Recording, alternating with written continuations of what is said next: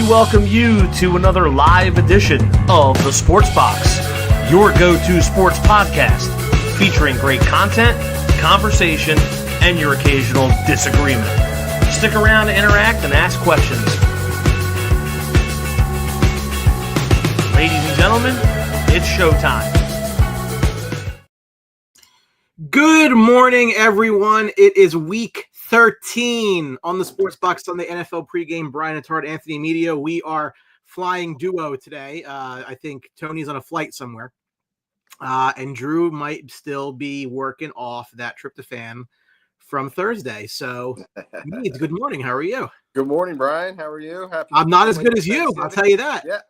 Both of us had a very good weekend, I thought. So, it wasn't bad. You could look at it that way. I wouldn't tell you no. No. Yeah, man. Great. Nice weekend. Sunday already, getting to the end. Here we go, week 13.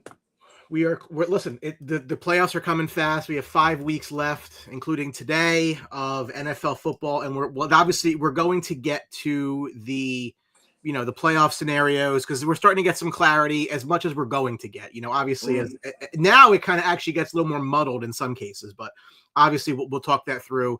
We'll start off by going over the games from Thursday and Friday, but as always, like, follow, and share. We appreciate that. We will start with a Thanksgiving tradition, which is the Detroit Lions losing a football game at home on Thanksgiving. A 31-24 win by the Packers over Detroit. Jordan Love, 18 of 30 for 234 and 4 touchdowns. Little John Cena, 4 touchdowns. Jared Goff, 20 of 26 for 256 and 2 of his own. Josh Jacobs led the way on the ground with 83 yards. Gibbs just 68. Wicks, the surprising top receiver for the Packers, 6 for 94 and a score.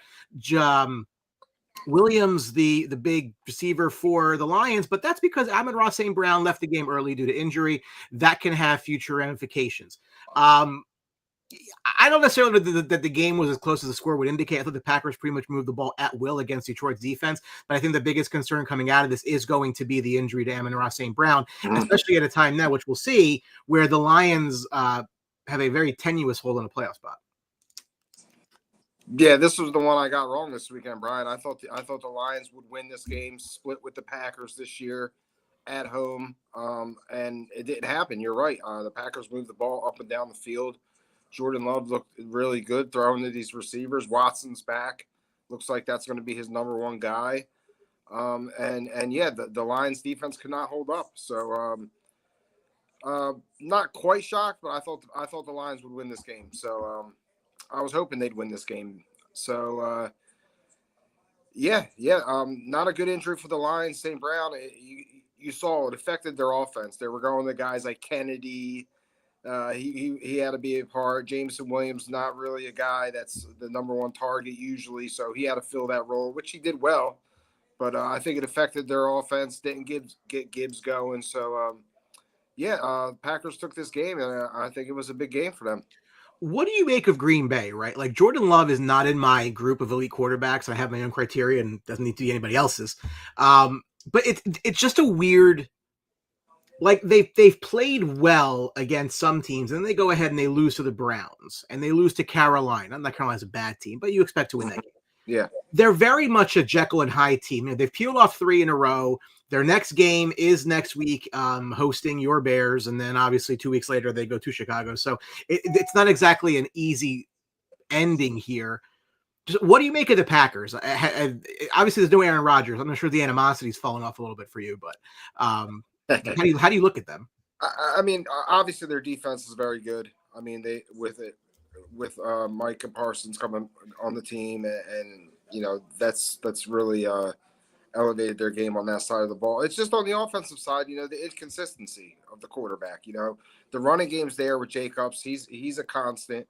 I think it's Love's the decision making he makes at points. He just goes in these slumps some games, and he just can't get out of them. And that's when the Packers can't move the ball, and they're the games they lose. So it's really just the inconsistency, maybe the play calling, the coaching decisions here and there. But obviously the talent's there. And like I said, with getting Watson back, it looks like it's really elevated the passing game. He's opened it up down the field. So that helps with the tight end going out. So they're going to be there. I mean, like you said, the stretch run, it's going to be very important. The NFL sets it up that way. Their last 5 games are by no means easy. The next 3 weeks are hosting the Bears, at Denver, at Chicago. Then you host a Ravens team, which is going to be playing for their lives, I'm sure. Yep. You end up at Minnesota, which is probably a nice glide path, but the next 4 weeks are no joke. But again, they've gotten 2 straight division wins. That's big. That's big for them, frankly. Yeah. We'll see obviously where that goes. Later that day, after you ate and you had a little bit of food coma, you saw the Dallas Cowboys getting a win. Oh, real quick, question coming in. Can you answer this? Joe knows my answer. Come on, we're holding off the Packers. We're going to win this division. Listen, we need a split. I need a split. Yeah. I need a split. We'll get to your Bears in just a minute, but the Cowboys, they're able to bypass 4 touchdowns from Patrick Mahomes to get a 31-28 win at home over Kansas City. All the dogs went outright this on Thursday. Absolutely. Yeah. That would have been nice if you probably parlayed that outright. You probably did really, really well. Joe said Bears are plus 200 currently. Yeah. I mean, hey, the value's there, Joe. They got it. I mean, you see the schedule. They got to play each other, and you got to go from there. And I just want to bring Mike Galletta back into the ring like Ali. Hey, Mike. You can't hear? Okay. So, Brian, I think I saw $100 bet for the weekend paid like $8,000. That's awesome. I was not on that. I can't hear you guys. All 4 games. Log out, log back in, Mike. All 4 games. Yeah. All right. Well, Mike will be joining us, so that'll be good. Yeah, I mean, listen. So you look at this game. Dak had a Dak game, 27-39 for 2 scores. You have to throw that pick, by the way. That's what Dak does. Mahomes just was prolific through the air. Javonte Williams, nice game on the ground, caught a touchdown. Kareem Hunt led the way for the Chiefs. You can't underestimate. And again, I'm not a wide receiver guy, but to put somebody on the opposite side of CeeDee Lamb just opens them both up. Right? Oh, absolutely. So Lamb had a big day. Pickens had a big day. Rashee Rice with 2 scores. I mean, listen, if you told me that Patrick Mahomes scored 4 touchdowns, I'd say, yeah, probably because they're going to kick the Cowboys' ass. That didn't happen. The defense has gotten a lot better since adding Quinnen Williams. I know Tony's not here to defend his case, but he made the case that when you add the Parsons and Williams trades together, it really doesn't look remotely as bad as people make it out to be. A lot was made. If you recall, the Eagles gave up a 3rd-round pick for Jahan Dotson. Correct. In a trade. That has not worked out. Yeah. The Cowboys gave a 3rd-round pick for George Pickens in a trade. That seems to have worked out decently well from that standpoint. Your take on this one? Listen, you can't hate on the Cowboys right now. You cannot hate on the Cowboys. I'm going to get you to flip. I'm going to get you to be super optimistic on the Cowboys. I mean, they're playing some of the best football in the NFL. They've got you got Williams with the trade. You talked about it. You got the linebacker. What's it? Overshow? Is that his name? Overshown, yeah. He's a good player. He's come back. Their defense is playing well. So if their defense could keep them in games, their offense is prolific. You see it. They got 2 stud wide receivers. They're running games there. I mean, this is there for Dallas. The Eagles are faltering. We're going to talk about that. This is there for Dallas to come in and steal it. So this is the prime opportunity. I think they're playing well at the right time. Listen, they took on the Chiefs, and the Chiefs played their best game of the year right here, I think. They took their best shot. And listen, we're not going to get too far into the discussion here, but look, they're 6-6. Yeah. So, and it's not as if, and look, the Chargers started out hot. They've kind of cooled off. The Broncos are finding ways to win games. I don't want to get too far into the discussion here, but are you worried about them now? Sure. Absolutely. I mean, like you said, the Chargers are still up on them. The Broncos are way ahead of them. I mean, they have to win out. The Chiefs' playoffs actually started Thanksgiving, in my opinion. So they have to win out, even to have a chance. Michael, can you hear us? No, we can't hear you. Now we can't hear him. He'll figure it out. Maybe not. I don't know. He can be eye candy, nothing else. So they got 3 of 5 to end the year at home. They got Houston Sunday night. They host LA, which is a game they have to win. There's no question about that. They got to win them all. They have to win them all. Speak, Michael. No. Is your microphone turned on? There's a mute button. How about that? Hi. There it is. There we go. It's Mike. It's always the low tech solution most of the time. Yeah, well, I'm not exactly. It's always the Captain Obvious. Yeah, I'm not exactly computer savvy. Sorry, guys. Happy belated Thanksgiving to both of you guys. Mike, you too. Hope you had a good Thanksgiving with your families. The two of us had good weekends. Good from a football standpoint, right? Good. Mike, I know you're kind of a little bit late here, but your thoughts on Dallas and KC? I mean, listen, Dallas is getting healthier. They're getting a little bit better. I mean, Pickens has been a godsend for them. Pickens is really having a great year. He's really taken, I wouldn't say the pressure off of CeeDee Lamb, but another option when you double CeeDee Lamb up, one of the better, wide receivers in the game. They really haven't had to run the ball that much, Dallas. They've been throwing the ball around. Ferguson's been getting more involved, I think. And they were waiting for Kansas City I thought Kansas City would come out with fire in that game and really try to make it work in that game. But I mean, Kansas City, they're not the same old Kansas City they were. They have some problems, but Rice does bring another dimension to that team. I mean, they really missed him when he was out on suspension. So, good. Listen, good games on Thanksgiving. I had no complaints. They weren't that bad of a games. Brian, what do you think? What are the Cowboys? The Cowboys? They're going to have to pay Pickens, don't you think? They always find themselves in this predicament where they have to pay these guys ridiculous amounts of money. Well, is it me or it just happens to them all the time? Well, so no, they do, but that's because they don't plan well, to say the very least, right? To me, and I can load up. Hold on, I can load up the cap because I think the cap is interesting from this standpoint. I think Lamb has 2 more years, doesn't he, on his deal? He's wide receiver 1 money he's going to be getting. Let me just take this down. All right, so this is their active roster, right? So you look at this. Oh, wait a minute. Hold on. Is that who I think is that Drew Trammell's music? Oh, hey, Drew. How are you? Hey, what's going on? Drewski, happy Thanksgiving, my friend. Happy Thanksgiving, everybody. We're just talking about cap and stuff, right? So, hey, Drew, I'm Mike. Nice to meet you. I haven't seen you since Nom. You know what? I walked right out of the stage before, right into the stage now. I haven't changed one bit. So there you go. I'm looking for Trayvon Diggs to me. Like if I can read, it'd be great. You go to next year. Yeah. So Diggs is a very easy cut for me, right? You open up $12 million right there. The problem they're going to have is they're already over next year's cap significantly. So we're getting into Eagles territory here. But if you restructure Prescott, that opens up $30 million, which they're going to obviously do. You can do the same thing to Quinnen Williams. I said coming in that I thought Kenny Clark was going to get cut after this season. Now he's a pure 21.5. If they can restructure him, that opens up $9 million. There's things that you can do that I expect them to do, right? I hadn't yet watched the Cowboys doc on Netflix until I went to Disney last weekend. I watched on the plane there and back. And it pretty much solidifies everything I've ever thought about Jerry Jones. And not positively either. I mean, I just think I don't know that he thought that made him look good. It didn't make him look good at all. It made him look like a moron, frankly, which is on brand for him. But no, they will do their absolute best to keep Pickens 100%.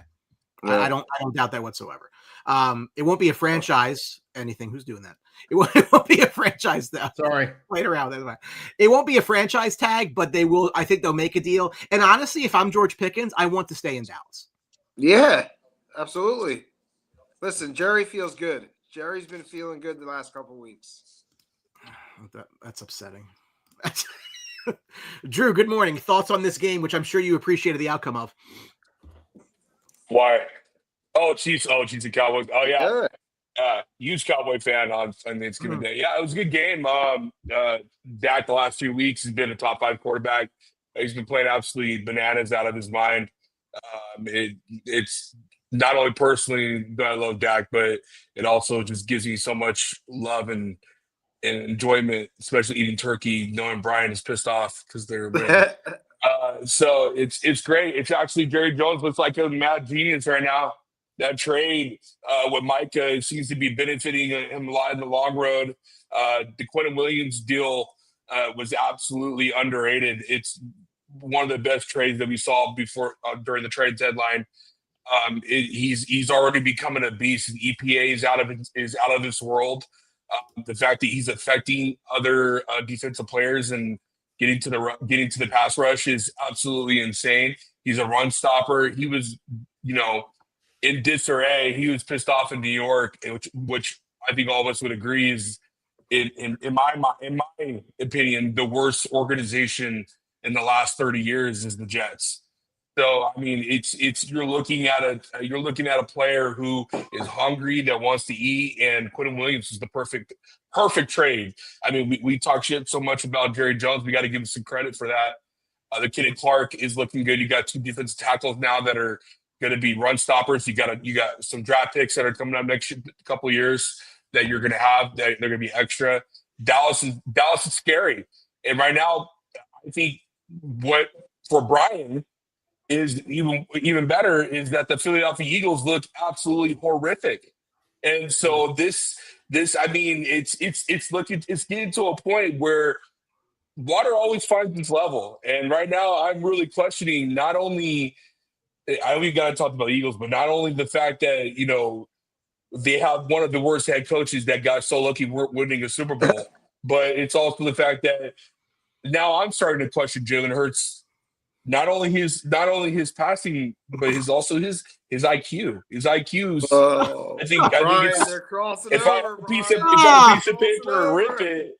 It's bad, dude. We'll get into it though. But yeah, we will. That is one of my favorite topics to talk about. So we'll definitely. I can't wait. They're crossing over. They're crossing over. Real quick, just to Joe's comment, I don't like the Colts coming out of the AFC at all. Not a fan. I would not take the Colts. The Colts are stumbling right now. Colts are stumbling. We'll get to that. They're in a bit of trouble in their own division, which you wouldn't have thought of. Hard to win with a broken fibula. That's very big game today. Yeah, tough game today. Mm-hmm. The surgeon Texans. Very big game today. If you believe that the Cowboys are going to make the postseason, I'm not necessarily saying I do or I don't. They absolutely 150,000% have to win Thursday night. That is the game of the year. At the Lions. Lions. They're in Detroit with no St. Brown. Lions are reeling a little bit. Huge. That is a game they must win. Well, that Cowboys, they pretty much got to run the table because that tie really hurts them, doesn't it? Well, they're one back in the – so their remaining schedule is at the Lions. Let's just say they win that for argument's sake. They keep it on screen. They have Minnesota at home. Okay. They have the Chargers at home. That's going to be a big game. It's going to be a very big game. They go to Washington, who stinks. Right. Then they go to the Giants, who stink. What's their record right now? Their record is 6-5-1. Are they going to take 2 teams out of the NFC East? If they're 6-5-1 and they finish 9-6-1, I don't. Yeah, 9-6-1. Yeah, you don't think so? I don't think they're not passing. Who's currently 7th right now in the? We're going to get the whole playoffs as soon as we get to the Thursday. Overall, I do think they need to win out, but that's because they lost the Panthers, right? So they probably didn't have to win out if they don't have that tie on the record, but that tie really. No, I'm not even worried about that, Mike. That was a loss to me. All I know is my prediction is looking good because I said Detroit wasn't going to make the playoffs this year. Wizardry. Welcome back, Joe Burrow, who I unabashedly love. A 32-14 win for the Bengals in Baltimore, and that's a bad one for Baltimore.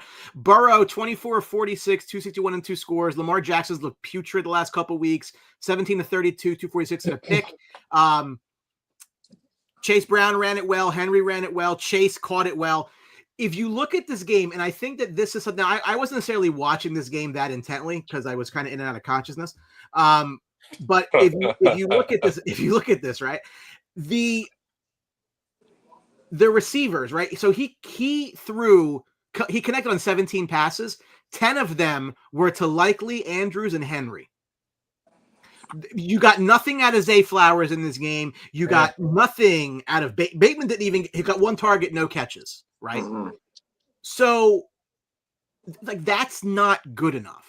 And Brian, and so with all that, and they gave Derrick Henry the ball 10 times. How does that happen? The Ravens do this. The Ravens do this every year. Every year, they go into some ball game that they need to win, playoff game, whatever you call it, and it's like the run game. They just abandon the run game. Gotcha. How many years have we talked about this? Where it's like they lose a game, and then you look at it and you're like, Derrick Henry ran the ball 10 times. 10 times. Yeah, I mean their offensive scheme has definitely changed. Their defense is not. I'm sorry. And your quarterback's playing like shit. I mean, why don't you? How can you not ride Derrick Henry for this game? The Bengals defense is absolutely horrible. You scored 14 points. Isn't that what you brought him there for? Totally baffles me. This is on the Ravens, completely on the Ravens. That I think they. I couldn't. I did not understand this. I didn't. And Anthony, I love Joe Burrow. I knew they were going to be in this game just because Joe Burrow. But I mean, what the Ravens showed and put on the field was I couldn't believe what I was watching. And I agree with you. That offense. Besides that, their defense can't stop anybody. Their defense is not the Baltimore of old. The last couple days, I mean, they played okay, but their defense has been playing well. The Ravens' defense has stepped it up. I don't understand what their offense is doing. I mean, when Derrick Henry gets the ball 10 times. It's atrocious. It's and you take Zay Flowers out of the offense. I mean, he's been big for them this year. It don't make any sense to me. Well, I'll tell you why it doesn't make sense. First and foremost, Joe Burrow. One of the things that me and Brian will always agree on is Joe Burrow is so goddamn special. He is so special, bro. Like. Everybody just elevates when he plays quarterback. Like Chase Brown became fantasy relevant. He hasn't been the last month and a half.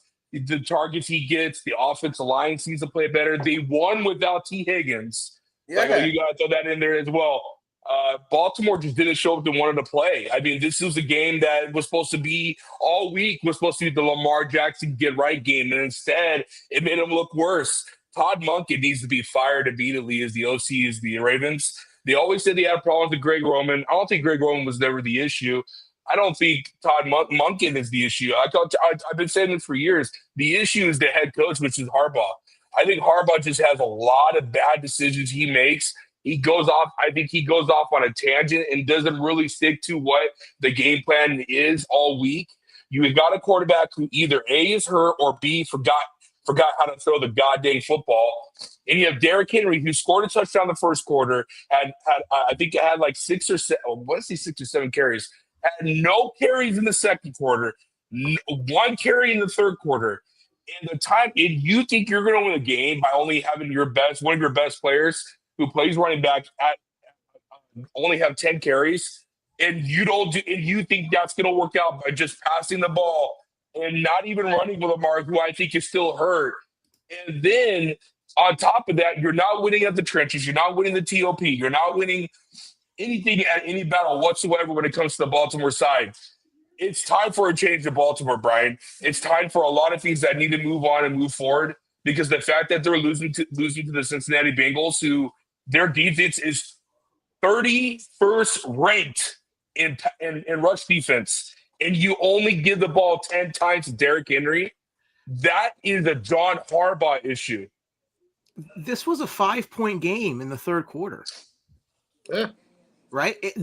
Defensively, the Ravens played fine. Look, they kept the Bengals to field goals most of the entire first half, right? Mm-hmm. Until the second half that they actually started scoring touchdowns. And I look at this and I'm like, if you were concerned about Joe Burrow and what the offense could do, why aren't you running the ball? Keep them off the field. Every year they do it. They've done it they do it every year. They've done it in playoff games.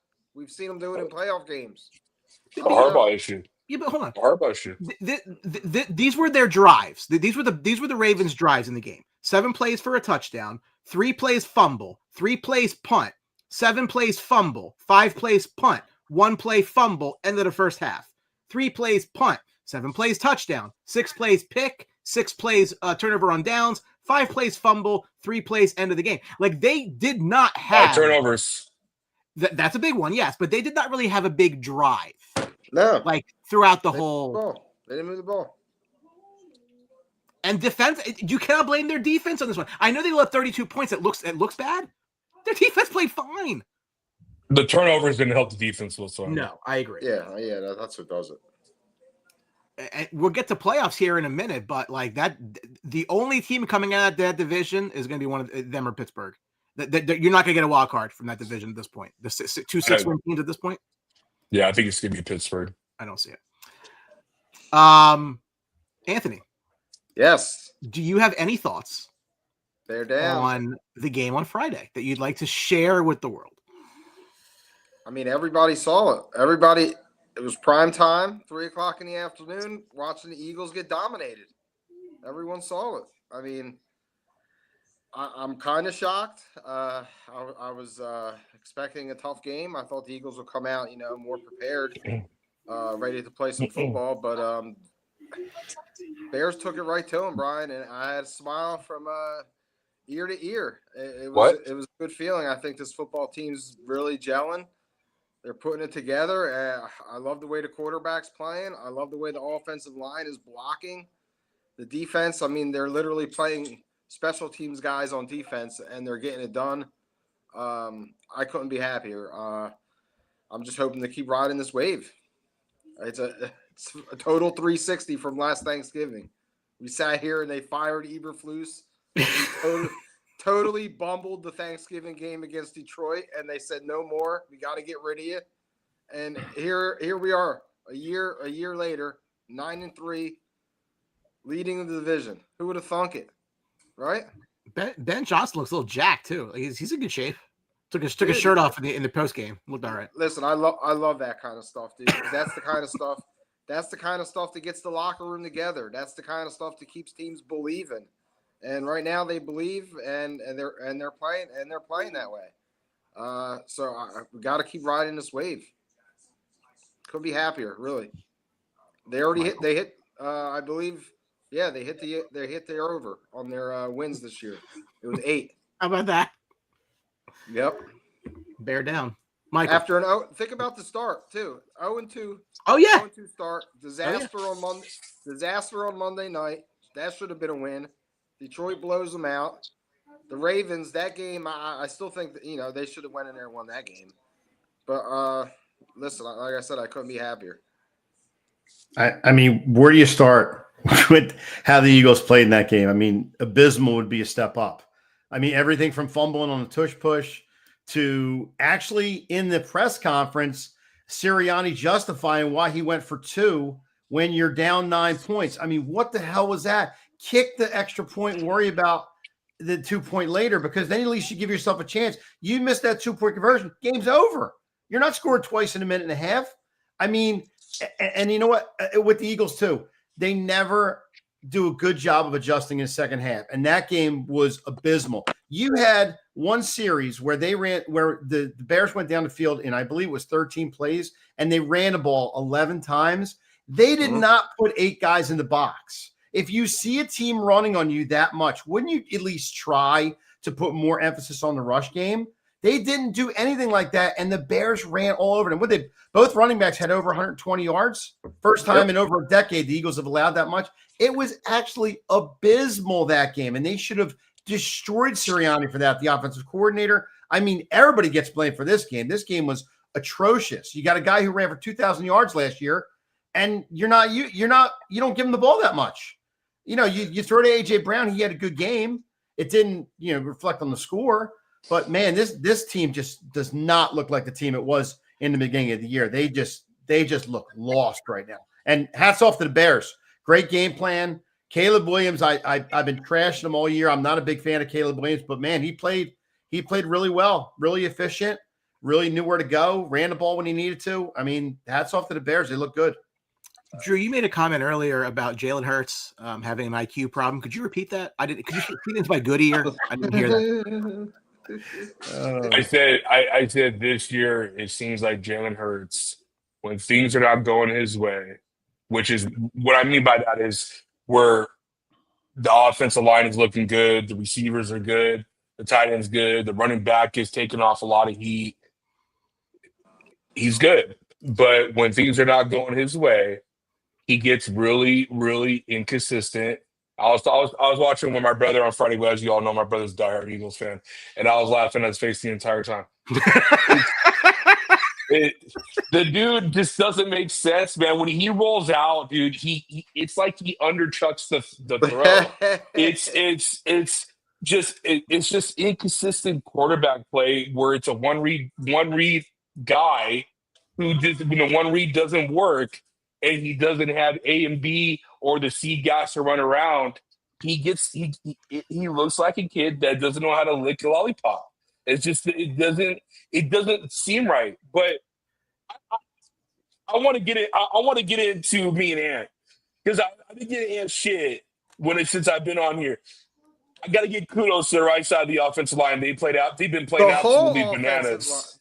Drew, Don't worry, you already know how I feel about the center to left. He was great, but the right side of the offensive line, absolutely phenomenal. Ben Johnson is the greatest. Brian, hear me out this one. The greatest run operator that we have seen in years.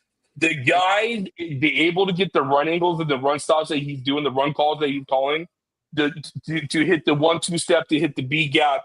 DeAndre Swift looks like RB1. Mungai is an absolute beast. Reminds me a lot of when the Lions back in the day. I remember that Cat Bell.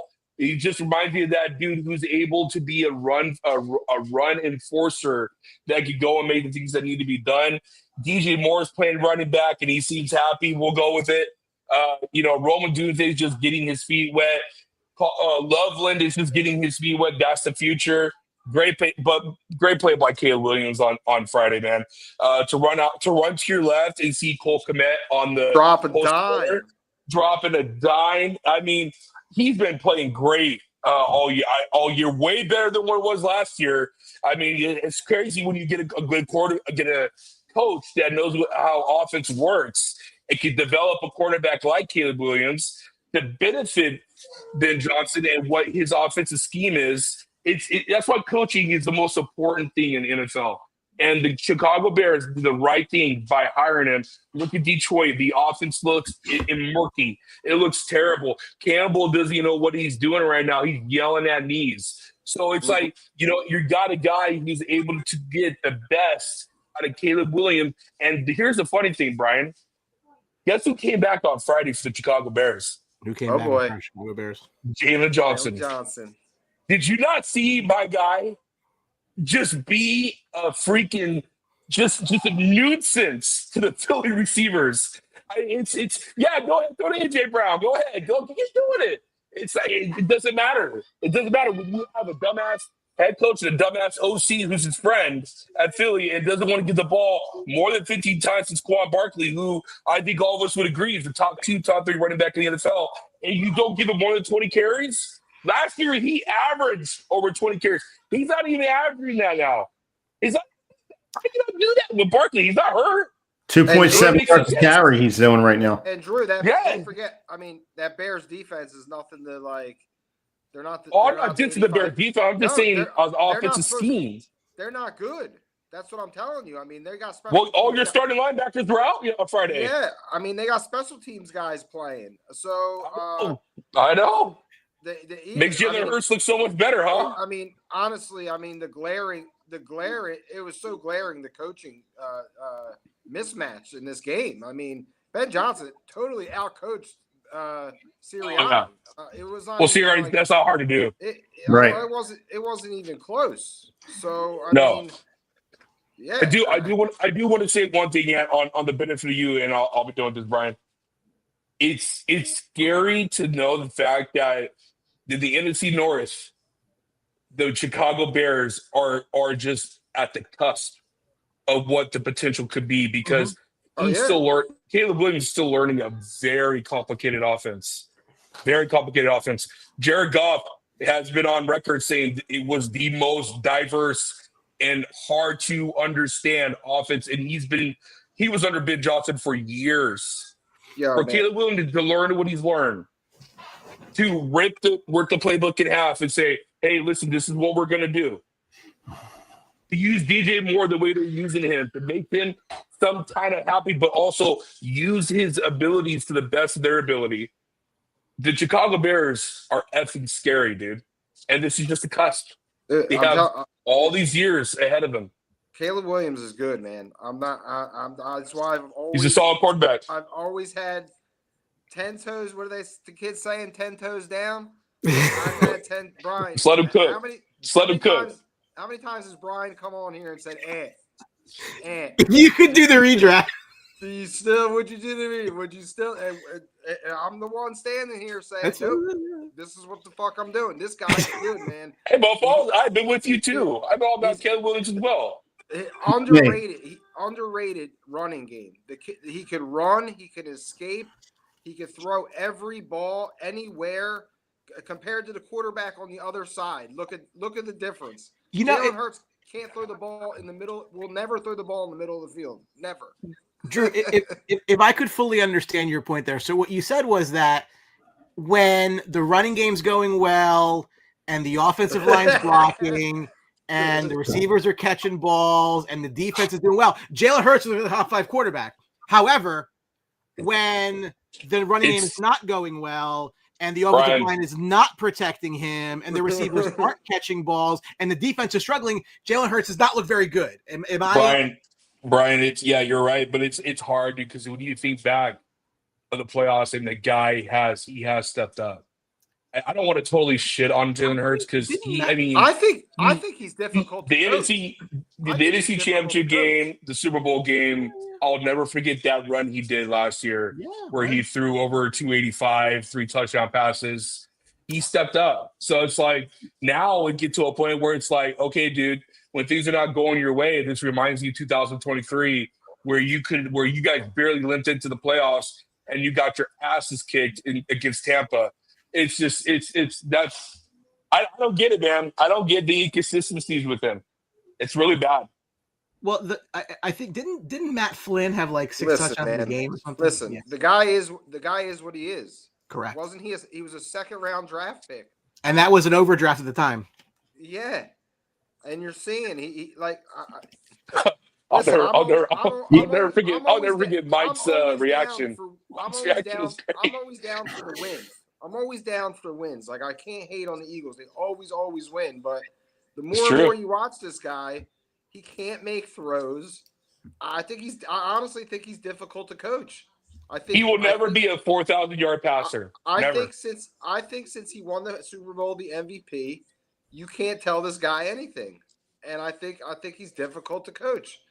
That's just my opinion. I think that's what I from listening to the radio around here, listening to people and listening to things, I think he's difficult, and I don't think his teammates like him. Will you blame him when Sirianni's his head coach, though? That's a coach I don't really want to follow. We've seen the Eagles blow things up. It wouldn't surprise me if they got rid of all. They're blowing up. Brown, they're blowing up. And Hurts. Hey, you think DeAndre Swift had this game circled on his calendar coming into this year? A little bit. Yeah. Oh yeah. He was lit up for this game. Mike, I got a screenshot sent to me by an Eagles fan who you and I both know well. And the screenshot was from an article, and it said, if you want to know why the passing game design sometimes looks rudimentary, look at Sirianni, Patullo, and their nondescript scheme. But don't forget the quarterback. There are swaths of the playbook that aren't touched because Hurts isn't comfortable with certain concepts. I mean, how many catches did Goddard have in the game? Did he have any? He had one, I think. He had one. Your tight end, for a lot of good quarterbacks, 9 out of 10 times is a safety valve. You got a guy who's struggling and can't even get the ball to the damn tight end. And it's big valves and run. It's ridiculous. It really is. To be fair, though, the passing concepts for the Philadelphia Eagles this year has been absolutely putrid. I mean, they if there's ever a team that missed a coach, it's them with Kellen Moore. Kellen Moore was able to make that offense not look so vanilla. And the fact that you had guys yesterday, I was talking to my brother about it yesterday. You had guys doing either hitches, and the inside guys were doing ends. They were in the same area of the field most of the time. Like, what are we doing, dude? Well, It makes no sense. It makes Drew, no you know what it sense. is? and they know what they're running. This team is in their offensive plan is very vanilla. They give no confusing at all. You know what's coming. It's a basic plan. And we talked about it. Look at Barkley. He doesn't even do RPO anymore, Mike. Yeah, that was his bread and butter 2 years ago. 2.7 yards a carry for the guy who ran for 2,000 yards last year. I mean, if that doesn't wake you up and smack you in the face, I don't know what does. But yet, they're going to be the smartest people in the room. They're not going to change anything. He's going to be the play caller, supposedly. I think it changes this week, but because you can't say that after the game. But he should be fired. You got to do something. Jalen. I agree with Russell. Jalen Hurts is a product of his environment. I have said that from the jump. I feel like I'm getting some validation for that. I don't care if people agree with me. The last thing I care about is anybody else's opinion in life, but it's coming to be when he does not have the perfect situation, things aren't great. Yep. You do this. Listen, real quick, I just want to say this. What the Eagles are good at is a lot of the 5-yard outs and yards after the catch. That's what last year was when guys were running 15, 20 yards down the field. That doesn't even happen now. He's not a good downfield thrower. That's the problem too. Can't get extensions because you don't have a threat at running back right now. Correct. So when you don't have a threat at running back right now, I don't need a stat 9 in the box. Right. It changes everything. That's why AJ Brown got that lucky ass touchdown yesterday. That's 2 days ago. They only even mixed up with Bigsby. When they you only had your corner jumping back, I was like, what are we doing? But it's throw it up and like throw up some duck football and these guys catch it. It was the duck football. That was not a good pass. No, it wasn't. That was a great play by AJ Brown. It was a great play by AJ Brown. He had a good game yesterday. AJ Brown did. Score didn't look like it, but he had a good game. They're losing both of those games. He's playing well in. They're losing both of them. That's why I kept saying, keep throwing to him. Keep throwing to him. There are no less than a dozen quarterbacks that go into Philadelphia, and they might not lose a game. They might not trail in a game if they take the ball first. That's how good that roster is. And again, so to sit there and have all these idiots, you Jalen Hurts, look at you, the MVP. Okay, cool. The MVP award is what journalists vote for. Okay, if you're the popular guy, they're going to vote for you. Who cares? You go back to the Super Bowl last year. Was he the reason they won a Super Bowl, or was Vic Fangio the reason they won that Super Bowl? Because he's the reason. If I was giving that to anybody, I'd give it to Cooper. However, I want to take 2 minutes. I just happened to clip this. I couldn't put the whole clip. Mike, you'll remember this, and Drew, you asked for this, so I'm going to go ahead and post it. Here's 2 minutes of when the Eagles drafted Jalen Hurts. Oh my God. Oh my God. What? You don't want to know who the Eagles just took. Oh my God. What? Jalen Hurts. Who? They just took Jalen Hurts.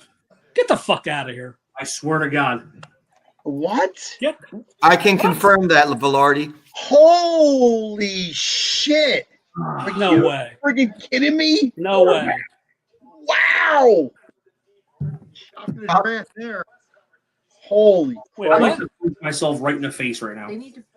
Wow. Wow. Hey, there goes your 3rd or 4th round pick for our student. Oh my God. Yeah, good job. Here we go. Well, that fucked me over, at least money wise. Wow. What the actual fuck? People are going crazy. Okay.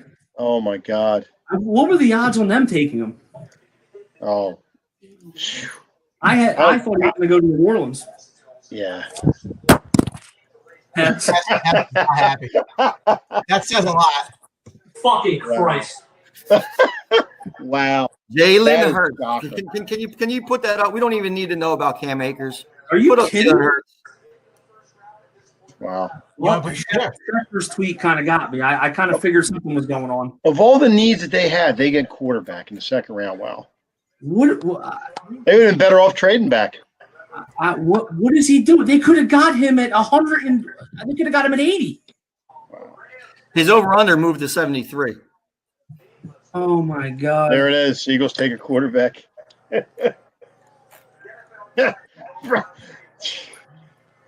That's crazy. That happened to be a good spot. There. With I the forgot Wen- about with, Brian. We had to put Brian on a with suicide the- watch for like a week. with the Wentz jersey hanging in the background. Yeah, dude, with the Winsters, that's what I was laughing at. Oh, that's hilarious. we all went nuts. I mean, we could not believe that pick. We just, especially Velarde and Brian. Brian was, oh my God, I forgot about when Brian did that through the camera. He was so pissed. Yeah, greatest draft video of all time is the Vita Vea one. So with Mike. Oh, that is classic. That's the greatest one. Listen, I've obviously made a bunch of mistakes in my life. That was a mistake, but at the time, I thought they needed a defensive back at the time, but they were. Oh, hold on. What'd I do? Oh, sorry. I was looking for the video. Yeah, those are good times. You did that? Hold on. I was looking. Let me see something. I was looking for the video. Hold on. I don't have it. Do I not have it? I have it. The Bucs are staying here, taking a defensive back. I'm telling you, they're not moving down. I'm telling you, it'd probably be smart for them to move down, but I just hope they get Fitzpatrick and not Derwin James. The only thing that could happen is that they move down and think they can get Fitzpatrick. Is that they can move down and get Fitzpatrick.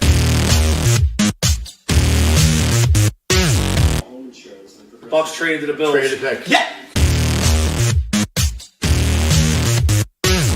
But I want Fitzpatrick. I don't want James. I want Fitzpatrick. Jesus.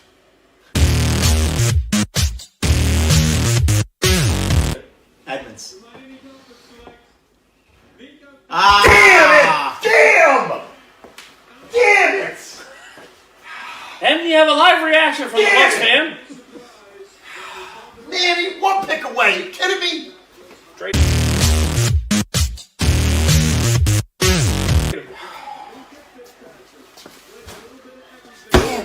How mad you were mad. You kind of knew that was coming though.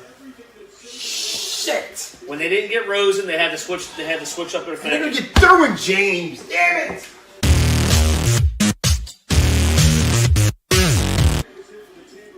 Dude, listen. There's taking somebody the with a tackle. parrot hat on. Is this is your fan base? I'm just letting you know. There's somebody with a goddamn parrot hat on. So they traded back to 12 to take a lineman. Oh God! Don't say that, please. You might be good just for like reaction purposes. This is Derwin James. Whoa! Look at him! Wow! Oh my God! Oh my God! Wait, we already broke 6 chairs, so that might be another one. God! Are you kidding me? Oh my God! Yo, I'm fire! Yo, man, says fire the cannons. That's what Paul says. Oh my God! Fire the cannons. Oh my God! I can't. Oh He's my happy. God. At least Mike. At least he's happy. He's playing for him. Oh my God! He's throw up. I don't. He's kind of off camera right now. Look, He's really not happy. Call it what it is. He's still the best D tackle in the draft. I mean, you can say. Yeah. Are you all right? Good? You okay? He's so mad. Why are you mad? They got the worst secondary in the league. They got 2 guys there sitting there. They weren't going to give his pass. You got to get Derwin James. Yeah. I'm going to start changing. Let's see. I'm going to have to change allegiance soon. I can't deal with this anymore.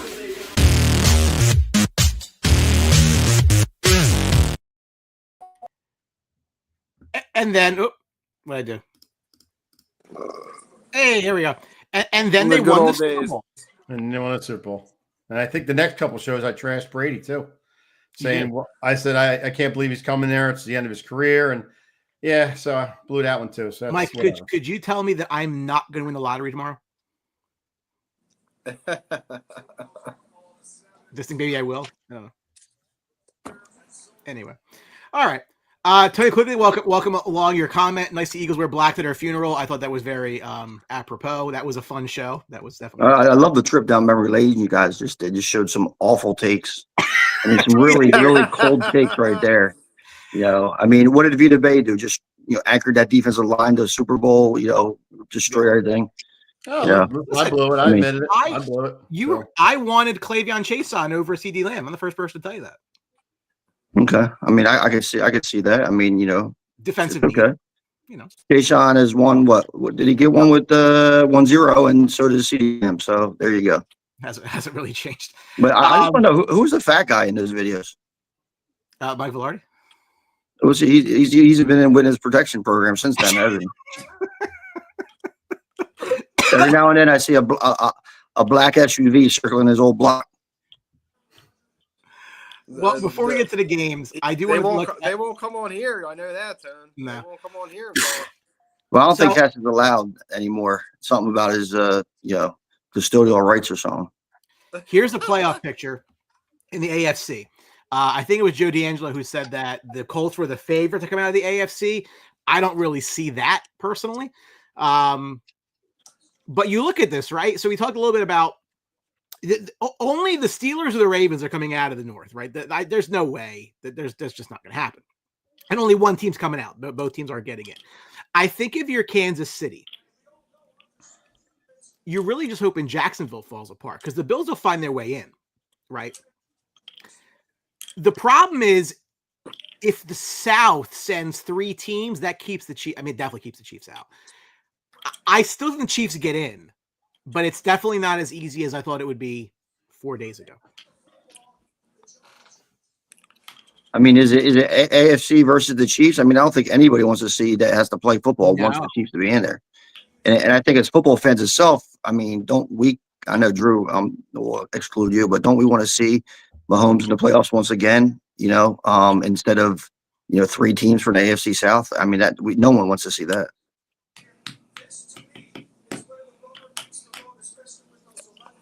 Drew? Oh, are you muted? Can't hear you. All right, Drew's having a tech issue, probably related to my Mike Goleta video. Sorry. Yeah, Brian, I alluded to it earlier. I mean, their playoffs, in my opinion, started on Thanksgiving. I think they got to win out and go from there. Like you said, hope someone like Jacksonville falters. I mean, the Bills don't have how much faith do you have in the Bills? I mean, they play this Pittsburgh team today. I mean, they could easily lose this game today against Pittsburgh. So I think that, they have to win out, and they need teams like Jacksonville, the Bills, I think, and the Texans. They need them to falter. You hear me? Yep. What was the question? Quick, get a question for Drew on the Chiefs, I think. No, I just said besides Drew, I think any football fan wants to see the Chiefs in the playoffs, over a Houston Texans or Jacksonville Jaguars or something like that. I mean, that's basically the point. I mean, the AFC is all cheering against the Chiefs. I mean, you don't want to see Mahomes in the playoffs. I mean, even though they're, a shell of what they looked like last year, I don't think anybody wants to see them get hot. And it's a shame. The teams like, the Bills are obviously still in it, but the Ravens and the Bills, I mean, if they can't take advantage of this year, the Chiefs possibly not being in it, I mean, it's an absolute lost year for both teams. I mean, the Chiefs, can they win? They can win out. I mean, they got their toughest games at home. Sure. I mean, Brian, I said it. I mean, they played a hell of a game on Thursday. I mean, that wasn't a bad Chiefs football team that Dallas beat. I mean, they were cooking. I mean, they played well. They got their guys back. So, I mean, no one wants to say them. They're still a very, very good team.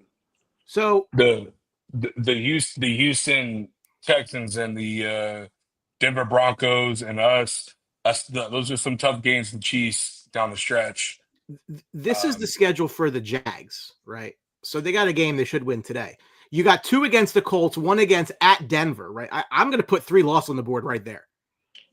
So, yeah. So unless the Jags win every other game, they're a 9-win team. Wait, you got them losing what? Denver and splitting? No, I got them losing both to the Colts. I don't know, man. I mean, I don't see that. I mean, right now, I see the Colts maybe faltering a little bit. I mean, maybe a little chink in their armor. They got some things going on. They could split. hey, I see them splitting there. I really Daniel do. Jones is limping, man, when he Yeah, I handed the mean, ball off in practice 3 So times. let me ask you guys a real quick question about the Chiefs. So obviously Rice gives them an air attack that they were missing for a little while. But in a running back situation, do you feel like when Pacheco's 100% and he comes back, do you think Kareem Hunt is going to go back to the amount of snaps he had before? Or do you think now he's earned? Do you think he's earned now spot? In more of the offense? I think They've always been a split. Pacheco's not even hurt. They've always been a split. They don't believe in him because he's just a north and south runner. He doesn't have the ability to get to the outside and cut ever since he had that horrific injury a couple years ago. They don't have a really solid running game. Last game, so Chiefs just aren't winning. They're just not winning the close games like they did last year. No. Yeah. And now they lost. And now they lost their starting left tackle, a buddy of mine. Yeah. He's out. He's probably going to be out for the year. They lost their guard. They lost the other tackle, who I don't think is that great, but they're hurting. Injuries and old age is killing the Chiefs right now. This is the schedule for the Texans, right? So it doesn't get any easier. I mean, you got 2 games Arizona, right here. Vegas, Chargers, Colts. Yeah. I mean, that's that right there. I mean, that's the season. Yeah, AC's going to come down the last week, dude. Yeah. And I mean, you got two winnable games at home here, but then again, they got tough road games here for Houston. That last game is probably going to be the game to see who gets in. Chargers shot themselves in the foot when they lost to the Giants and the Commanders early in the season. I think it's going to come back and bite them in the ass, like I told you guys. It's a massive game today for Pittsburgh. But now that Baltimore stumbled, they got to give themselves some breathing room. We'll see if they do that. Chargers at 7. So this was the stretch you were concerned about here, right, Drew? Yeah. Okay. Yeah. Are you still as concerned about it, knowing that these 2 teams both lost to this team? That's a tough stretch. No, I can care less. It's still way worse now because Dallas is playing really good football. Well, then you got Houston and Denver. I mean, that's 5. That's 4 tough games. You got Philly, you got KC, you got Dallas, you got Houston, and you got Denver, all postseason suitors. Yeah. The only one that isn't is today. Yep. We lost to Jacksonville. Now we lose to the Raiders. We're done. That's the Raiders. We're done. That's a bad one. Yeah, it sucks, dude. It sucks. And I'm going to the game for the Philly game. So. Are you? Yeah, that's nice. Nice. Me and my brother, we're taking our kids, our boys. That's good. Bolt up. Yeah. It's going to be good stuff, man. I mean, look, Denver's got the inside track. I mean, it's the biggest thing here again is I think we all thought the Pats would be a playoff team. This is not really what we thought was going to happen. And if Buffalo wins today, you could wrap that bitch right up. Yeah. I picked the Patriots to make the playoffs, not win the division, though. That's crazy. Yep. Now, listen, they got a good young quarterback and a really good coach. They should have hired that coach about 2 years ago. But Patriots are doing really well. Drake May, I like Drake May. Love Drake May. And you know who else loved Drake May? The Giants, who couldn't get him, and they are the only team eliminated from playoff contention. They'll be fine. They had Jackson Dart. Listen, they had in the Giants' defense, they had a lot of injuries. I mean, Jackson Dart's going to be fine. They just had a lot of major components they need to upgrade that line. Is what they got to work on now in the offseason. So, Brian, can you show the Broncos schedule? I sure can. So they're at Washington tonight. That they should win. That's a win. They go to the Raiders. They should win. Yeah. Green Bay at home's tough. You get the Jags. You get the Jags. You get them at home. You go to KC and then you go to the Chargers at the end. Interesting. They might win the division, dude. Another team we were high on their quarterback, Bo Nix. I mean, he's really settled in and he's really handling that offense. So, Anthony, really? I don't mean to rain on your parade here at all. This is not the intention, but I just want to bring it to your attention. The one thing that stands out to me here is obviously the Bears have 9 wins, and that's great, right? That's awesome. However, their strength of schedule is the only one that I can see below 0.4. Their strength, I think this is the remaining, is also in their favor. Who are they playing the rest of the way? Like nobody? Green Bay. Cleveland and San Green Bay Francisco. twice. That's not nobody. Listen, say what you want about their schedule. They're playing a last place schedule, and they're killing it. I don't want to So- hear anything about the schedule because No, No, I don't. Listen, wait, well, hold First on. of all- Good for you, Ant. Yeah, but First of all, that doesn't. The only like gimme game, and isn't even necessarily. I mean, the gimme game is the Browns game. If you split with the pack, that's what I'm saying. I need a split there. Yep. Yeah. I gotta get to It's 10. the first Green Bay game at Chicago or at Green Bay? it's at Green Green Bay. Bay. At Green Bay. I mean, Chicago would really have to stumble to not get in now. Listen, like I said, they need to split with Green Bay. They need to somehow get to 10, and we'll go from there. I'm just tired of hearing about the schedule because if you go back to the beginning of the year, their schedule was one of the hardest. Yep. And then you could just if you pull up New England strength of schedule, Brian. Oh, I guarantee you it's the same. I guarantee you it's the same thing. And I think they get in with it's the 9. Giants I from a agree. couple Yeah, no, years they ago good. in the playoffs. What's that say? 351. Yeah. The Hey, Bears you don't won. think the Bears get in with 9 wins? It's gonna. They need to get to 10. They have to get. I to mean, 10. comfortably. always gonna man. get I, to think 10. I think they get in with 9. To be honest with you, They can't Chicago, lose out and get in. Like, Yeah. No. Yeah. I mean, I don't think so because look, the 7 seed has 8. Yeah, that Niners game is going to be a big game. That Okay. Niners game is All right. going to be big. You know what? It's funny. Nobody's talking about the Niners either. That they're there where they are. They're quietly. They got a good record. I'm on record. I think they're a worse team with Brock Purdy as quarterback. But look, they got 2 winnable games here, and then it gets harder. No, I know. Yeah, I mean, They got to buy still. They got to buy next week. This is the most competitive I've seen the NFL in years. Yeah, I mean, It's going to be everything's tight. very interesting. But Drew, Very can I interesting. ask you a question to that comment? What's up, Boo? Is it because the teams are really good, or because they all have significant problems? I think a lot of that has to do with injuries. I think a lot of it has to do with the fact that we have a lot of quarterbacks that I think we overvalued a lot. But at the end of the day, I mean, for me, my Super Bowl picks are still alive. So I'm feeling good about that. I had the Rams winning the whole thing. So, but I'm interested to see the Bears and what was it? What I saw? The Bears. I mean, honestly, guys, we could see Carolina take over Tampa Bay.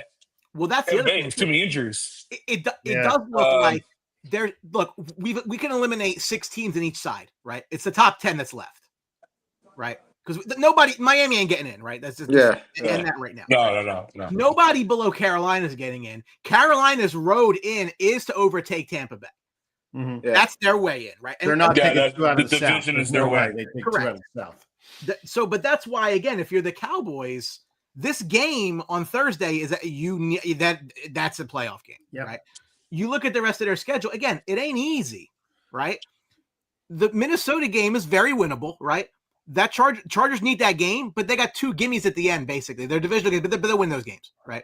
So if you can't add 3 wins to here, now you're at 9-5-1. I don't know if the 10 gets you in. Do you think that if Who are we talking about? The Cowboys. Oh, Cowboys? Yeah. Do you think if the Yeah. Lions lose that game, they have a way in? No. Because they're reeling now. I mean, if they Right, lose so that the game, they're Lions- big Lions time that reeling. puts them to 6, right? If Puts the them Lions get to 6 7-6, I mean they don't have an easy No, road at all, they're right? out. They They're go out. through the Rams. That's They're out. No, yeah, My prediction's going to stand.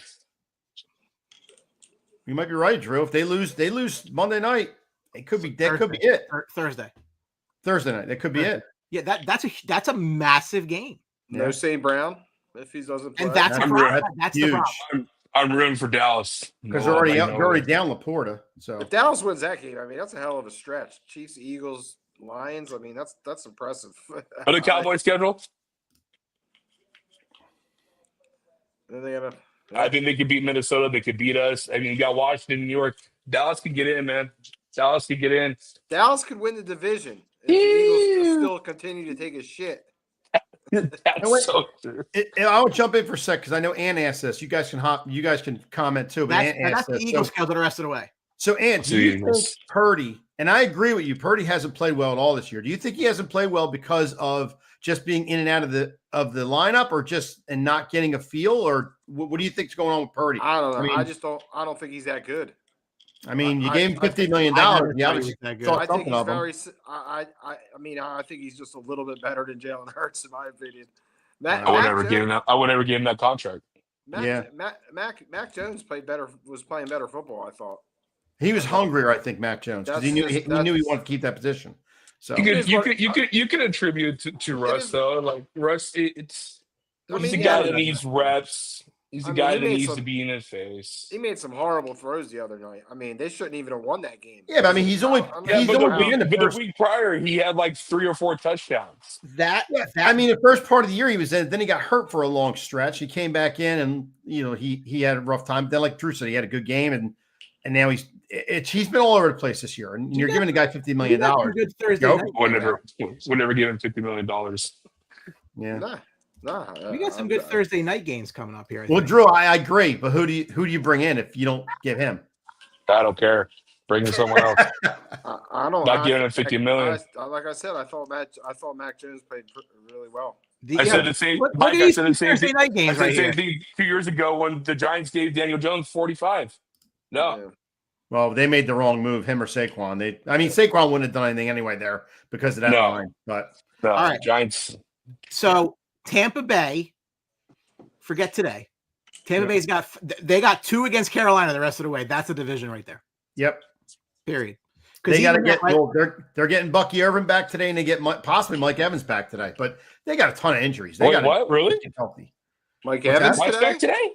They were talking about he was practicing this week. Okay. So Carolina's got a home game against the Rams and Seahawks. I mean, broken collarbone. I'd be shocked if he came back today. But I do think that the Bucs win the division.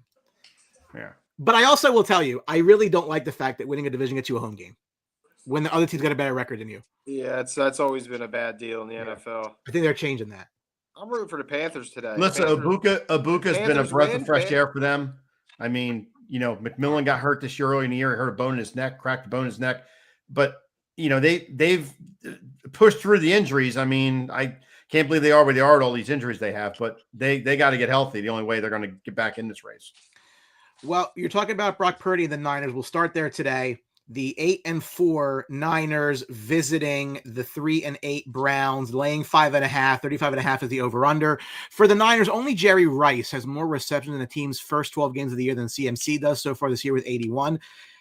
Myles Garrett has 18 sacks. He has like 14 in the last 5 weeks. He is on pace for 27 this year. But nobody's talking about it because he plays for the Browns and nobody cares. Getting paid, he don't care. Listen, that was his decision to stay there. It totally was. No, absolutely. That's it, Ed. Make it $60 million AAV. What do you expect, bro? No, I hear you, but listen, you can't bitch and complain. That's where you want him to be.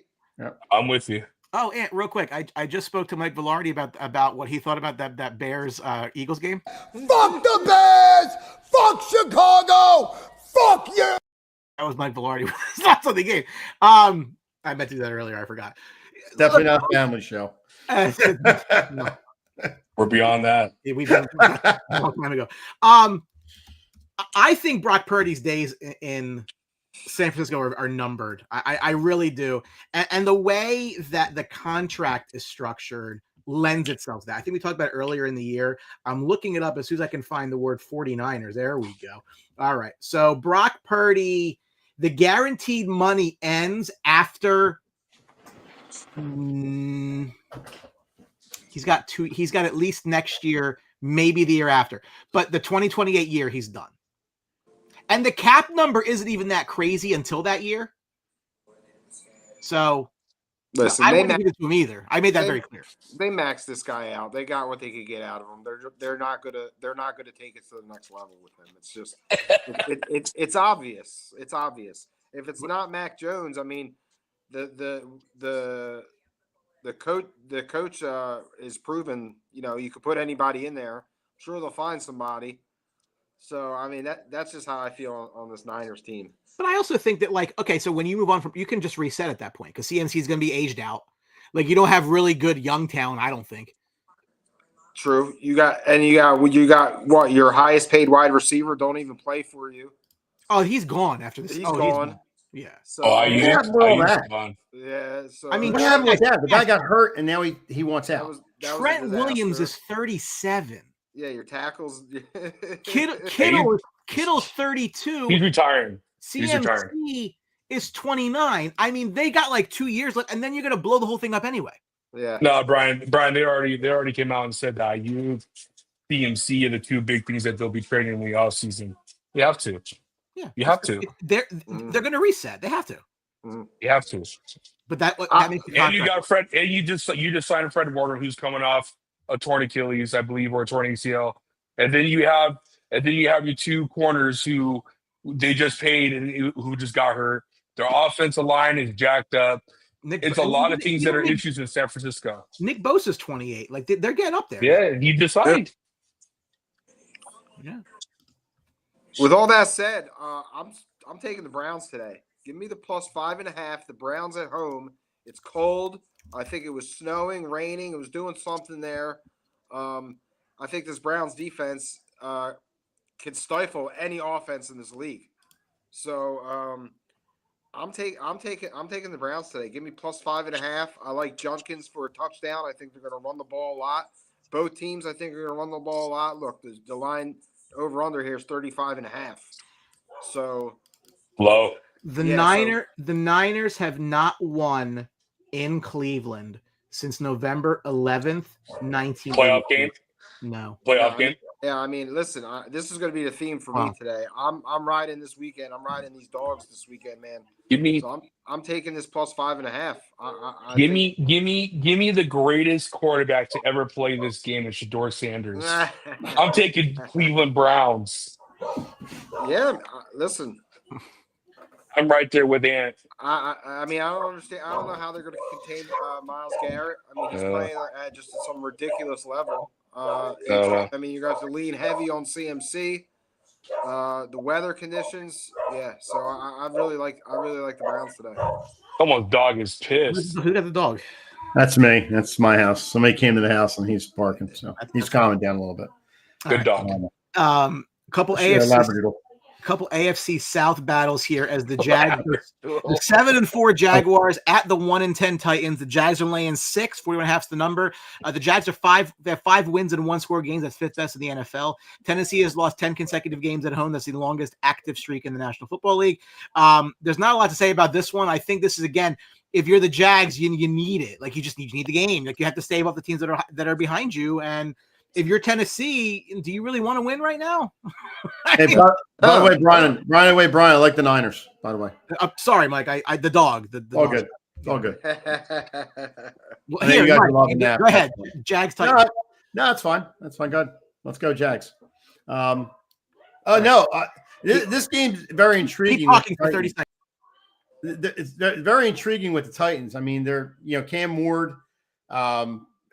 I still think he's going to have one of these good games, but I don't think it's this week. I just think Jacksonville needs this game. Jacksonville's playing a little bit better. The 6 line is, man, that's a lot for a Jacksonville team who doesn't blow anybody out. But I think today they do. I'll take Jacksonville. I'll lay the 6. Yeah, Mike, I'm going to ride with you here. I'm going to take Jacksonville. Even though the Titans do fight, they had a backdoor cover against Seattle last week.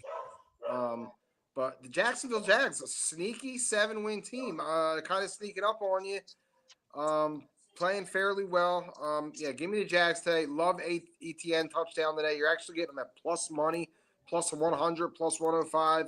Give me ETN touchdown. Give me the Jags minus 6. I like Jacoby Myers too, plus 4 receptions. So I got you. Yeah, Brian Thomas Jr. coming back today for fantasy guys too. Okay.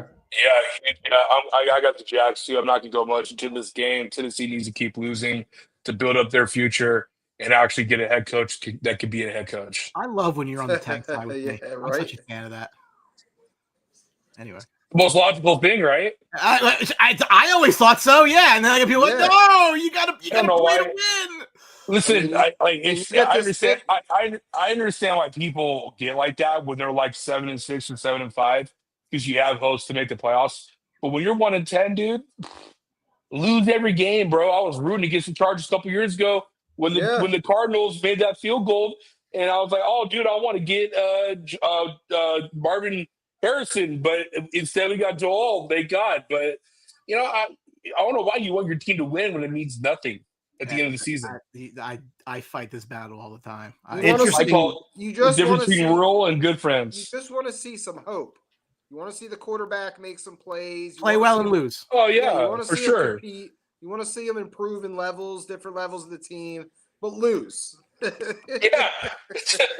Now, if you like taking bad teams, an interesting stat: Spears of the Titans plus 4 catches in the last 3 games. So yeah, man, he's finally being featured. Thank God. Yeah. Get rid of Pollard's ass. Probably this is the most impactful game at 1:00, and that's in the AFC South as well. 6-5 Houston with CJ Stroud against the 8-3 Colts with a hobbled Indiana Jones, laying 3.5 at home. 44.5 is the number. This is the battle of, as Gorilla Monsoon once said, the irresistible force meeting the immovable object. As you have the Colts with the number 1 scoring offense in the NFL, scoring 31 points a game, going up against the number 1 scoring defense in the league with the Houston Texans at 16.6, and something has to give. Anthony, what gives? This is all on Daniel Jones. This is on Daniel Jones's play here. I think right now they're faltering a little bit. I think they got away from their game plan against the Chiefs the other day. They didn't run Jonathan Taylor. So that concerns me. And the way this Texans defense is playing, they're playing top-notch defense. They're taking the ball away. They're sacking the quarterback. I think that keeps them in all these football games. You're getting Stroud back today. Get that connection back with Nico Collins. You got Marks running the ball well. Again, like I said, I'm riding these dogs today. I like the Texans here plus 3.5. I'm going to take the Texans. I'm going to rely on their defense. I think Stroud's going to make a couple plays for them, and it'll be enough. If the Texans could just contain Jonathan Taylor, I think they're going to win this game. So give me the Texans plus 3.5 here. These are the type of games where we see what the direction of these two teams are heading. I don't think Daniel Jones is going to last with a fractured fibula if those reports are true. I mean, that's impossible to play quarterback with, especially for him, who has the ability to extend the play and go outside of the pocket because he has that quickness to him to avoid the pressure. If you don't have that with Daniel Jones, which is his little secret sauce, what are you going to do? What are you going to do? You can't even plant if it's your back or front foot. You need both legs to be able to plant and step forward to throw a ball. So I don't know I have no idea how this is going to work for him. And if the reports are true that it's a fractured fibula, the Colts season is cooked. I won't be shocked to see Anthony Richardson probably have to come in, which is going to be such a benefit for the Houston Texans. And moving forward, I told my buddy today, who's one of my good friends, he's a diehard Colts fan from Indiana. I said, I don't know, I think your season's cooked, dude. That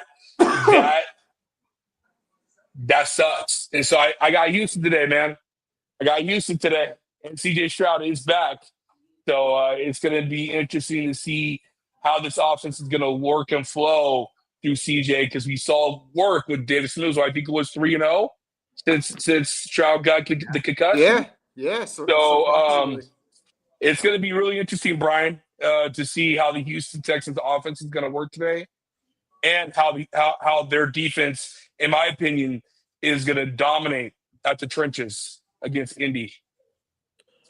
I agree, Drew. Let's go. We're 2 for 2 so far. I think it's going to be a back and forth game today. I know the Colts need this game too. That defense of the Colts has got to make something happen. They got to turn the ball over. They got to make some plays. And if they're going to stay in this game, like Drew, like you said about Jones, I mean, that's iffy about his injury. So Michael Pittman's got to get more involved today. You're going to get a big dose of Jonathan Taylor. It's going to be a big test for the Texans today, because they're going to have a running back that's averaging close to over 90 yards a game. His over-under is 87.5, which is still kind of high to me when a defense is as good as the Texans. I mean, I'm on this bandwagon too, you guys, with the Texans. I think the Colts. Let's go, Mike. I think the Colts win this game, but in a way of points, I think it's going to be a real close game, come down to a field goal or even less than that. But I mean, listen, Texans have earned this spot. They've been charging in the standings for the last bunch of weeks now, so they deserve to be here. It's going to be an interesting game, but I'm still taking the Texans with the 3.5. So shout out to Brian. Shout out to Mike for showing up today, man. It's awesome to see him come on. We have all these cats on our Facebook group chat that have vaginas and don't even want to come up and talk about football. So appreciate it. I love Mike being on here. I mean, you're not going to hear me disagree with that whatsoever. What I will disagree with me, I think what you said this on Daniel Jones. I think it's on Jonathan Taylor, because if the truth is that that's what Jones's leg and that condition is in, then you need to have other valves for your offense, right? So this has to be a Jonathan Taylor can't throw buck 50 3-score type thing. Like, it's got to be him, right? Yeah, but Brian, it's not going to be against his defense. I agree with you. That's the problem. I'm not disagreeing. No, I agree. Top 5 rushing defense, Brian. At some point, the quarterback's going to have to make plays, and listen, it's facts. This guy is a fractured fibula. He's simply overachieved this year, right? Has he not overachieved? Sure. So we're going to see what we're going to get with Daniel Jones. That's it. Real quick, I like Warren. I like Warren today over 40 yards, because the Texans, if they have any kind of Warren, tight end. Warren. The only thing that the Texans have as a defect is they are number 14 against the tight end in the league. So that's a good point. This is going to be quick, guys, but you know why? Because nobody cares. Move on. 2-9 Saints, 4-7 Dolphins. Miami's 5.5-point favorite. Olave is actually third in the league in targets, behind only Chase and McBride. Miami has back-to-back wins. They have not won 3 straight since week 10 through 12 of last year. Nobody cares. Guys are getting fired. Probably Mike McDaniel has some property somewhere else he wants to go find. Just quick thoughts. Anything on this game? Easy. I'm laying the points here. I'm taking -5.5. Miami coming off a bye. I think they'll take it to the Saints here. I like an H-hand touchdown. Give me Waddle over 70 yards. Waddle touchdown. I think they get to 5-7 here. Saints, another team that don't want to win. Let's just no Kamara. So yeah, give me the Dolphins here at home -5.5. This is a dog I won't be taking. What's that cutie? What's that cutie picking? What's she think? What do you think, Saints? You got to pick a team. Saints or the Dolphins? Who do you want? Dolphins. That's about right. Yeah. Dolphins. Because it's an animal. It's an animal she likes, probably. And she's correct. That's the best part about it. I do want to say I would like to see Moore continue and not be fired in his first year, because any coach that goes to New Orleans, I think all of us would agree, that's not going to happen. You think that's going to happen? You think that's going to happen? I don't know. I'm not saying. I'm saying I hope it doesn't. But the second thing is I think he's still an idiot for taking that job, which we all also agree. But with that being said, there's only 32 of them. There's only 32 of them. With that being said, you could have waited. The Dolphins are going to get the win, man. I got the Dolphins winning. I don't know why. I want to pick the Saints, but I'm going to go Dolphins here. I need Jalen Waddle to have a big game fantasy-wise. Brian, I mean, it should be obvious. McDaniel should be fired already. He should be fired after the season is done. I don't think I'm blowing everything up. Tua should be traded. I'd trade Mika. I'd trade Chubb. I'd trade everything. I do a full fire sale in the offseason. Get as much capital as I can draft-wise. You can get some still good capital if you trade away the players you need to trade away, like a Waddle, like a Chubb, like a Mika. You could get some good first and second round picks and build your team back up again. And still, to this day, Brian, who's the DC over at Minnesota? Brian Flores. I just want you to say his name because he was right the whole time. Who said otherwise? I just want to throw it out there to our 18 viewers that are watching and the 1,000 viewers we're going to get during the show when we get the alert 3 days later. Yeah. So great minds think alike. I will too go with the Dolphins. laying the 5.5. The Saints are 27th in run defense. Give me a whole bunch of A-Chain today. Jesus. 79.5 over under today. He breaks 100 today, folks. You want to go up to 90, 95. He will go over 100 today. Waddle, like Anthony said, will have a big game today. The Saints stink. They've mailed it in. Kamara's not the same running back he was. He's not playing. Quarterback. They're on the road. Out, yeah. It's not a good circumstance for the Saints at all. I know they're pro team, but whatever. Dolphins pull away in this game. I'll lay to 5.5 with no problem at all. That's Brian, I have a finance question to ask you. When do you get to the Saints and you see how their cap is every year, right? Yep. How do you get under to get away from all those bad contracts? You pretty much have to cut a bunch of people and have a year of nothing. Yeah, that's it. So why hasn't Mickey Loomis done this yet? Because they've been trying to contend ever since. If you look at next year's numbers, dude, like there's not a lot here that you can cut. Even I'm looking at next year's right now. I'll share it with you right now because it doesn't. So why is their cap still under if there's nothing that they can do about it? What do you do moving forward? You have to like tank out basically. Here. Yes. I mean, tell me. I mean, Right. you can't even. Didn't they just sign Olave recently? I mean, there's nobody here to cut. It's you have to just keep restructuring. Did they sign Olave? I think they're over next year's cap. They signed him in the last year or two, I thought. So to answer your I don't think question, so. they're over next year's cap, but they're fine in 27. Right? What's their cap for next year? How much are they over? They got $9 million to roll over. They're $9 million. That might actually wash. But you can like you can't cut Olave. And their defense is awful. You can do things like you can cut after. You can't cut Olave. How old is Kamara? 31. Yeah. This is what's confusing to me. Is if you're so red, how can you sign players? Because the way you structure deals. That's crazy to me, dude. Drew, I'll give you one better. How do you convince a free agent to come there? Like, what do you have the future to look like in New Orleans? I'm with you. I agree with you. What quarterback wants to go there, dude? No one. No one. No veteran quarterback wants to go there. Right, I mean, they took a quarterback this year because they need a quarterback, but he wasn't the quarterback to take. Tyler Shaw's trash. Nobody cares about this either. But Atlanta's got the third most sacks in the league. Jets allowing the fourth most sacks. So if you like make a bet, the Falcons should get some sacks today. How about that? Falcons are just a horribly run organization. They draft ass backwards, and you're seeing the results of that now. You do not draft your running back, your wide receiver, your tight end before your quarterback, but then you sign a quarterback and you play their quarterback. You don't play him. And Raheem Morris is just I don't really understand. Any quick thoughts on that? Stinks. Bad stuff too. Today I'm buying a 0.5 point, and I'm taking the Jets at +3.5.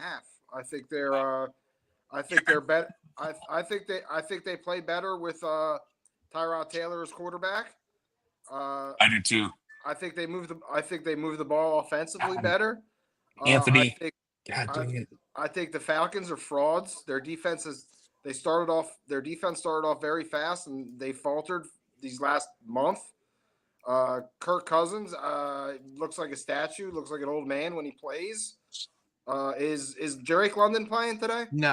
No, he's out. Mm-hmm. Yes, give me the Jets +3.5. Give me a John Michie touchdown. He's been rolling since he's got there. Give me the Jets here. Buy that 0.5 point +3.5 here. Give me a big day of Breece Hall, and I got the Jets as well. Anthony just convinced me to turn my pick over. I'm literally on picking right now, just changing my picks. I got the Jets. My choice in this game is not to care who wins. That's my choice in this game. Oh well, yeah, naturally. This is right now. Brian, your survivor pick would be the Jets today. I'm dead everywhere around.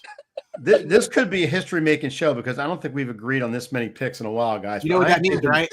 I am taking the Jets as well. Fat L's. I mean, Penix. I didn't like Penix to begin with there, and I don't like Cousins anymore.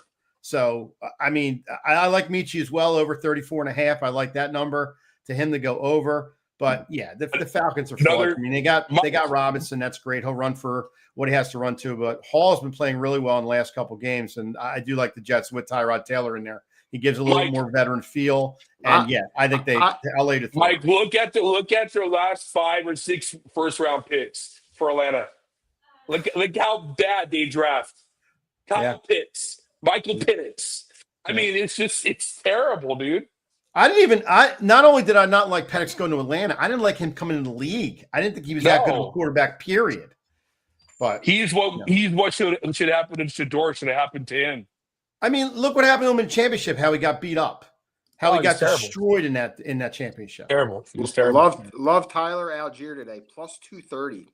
Ooh, that's a good one. Ooh, that's a little, yeah. Yeah, okay. Michael, your thoughts? I haven't seen the latest report. I know Baker was practicing a couple days ago. I don't know if he's going to go or not. He's playing. Okay. I mean, he's got an ACL joint issue, but you know what? The way Teddy Bridgewater played last week, I'd rather have my 10-year-old son running the offense because he looked awful.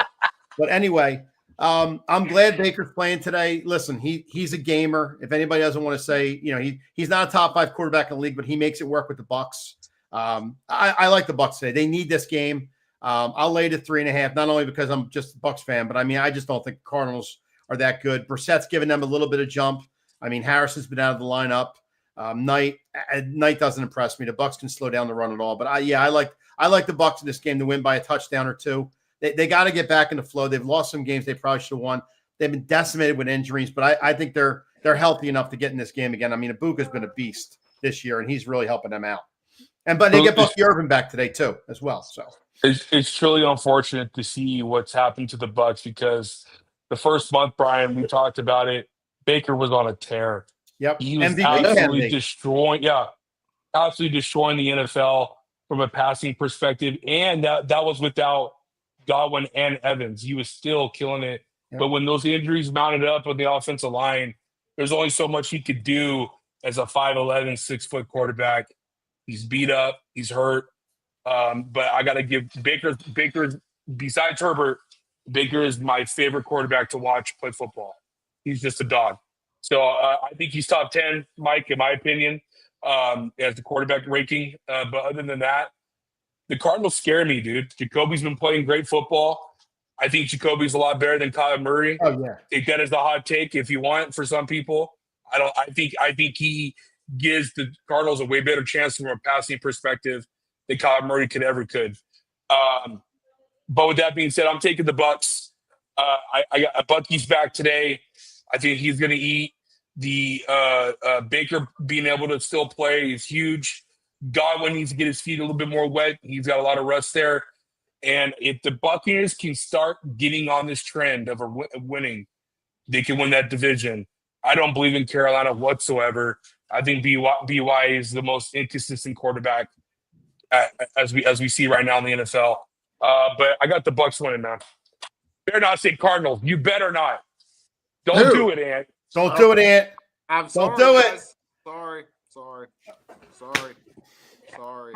I'm concerned about. I'm not changing my pick. I'm concerned about Baker's shoulder. I think one shot can take him out today. I'm concerned about that. This Arizona team's not to be taken lightly. I agree. I'm taking the Cardinals. I'm taking the 3.5. Mike, I hope they win by 3. I'm taking the Cardinals plus 3.5 here.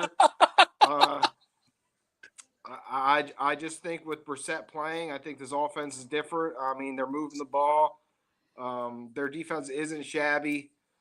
Banged up Bucks. Cardinals 3.5. Give me McBride anytime touchdown over 60 yards. They might have found a gym in this with Michael Wilson. Yeah. He might be better than Marvin Harrison Jr., dude. He might be better, bro.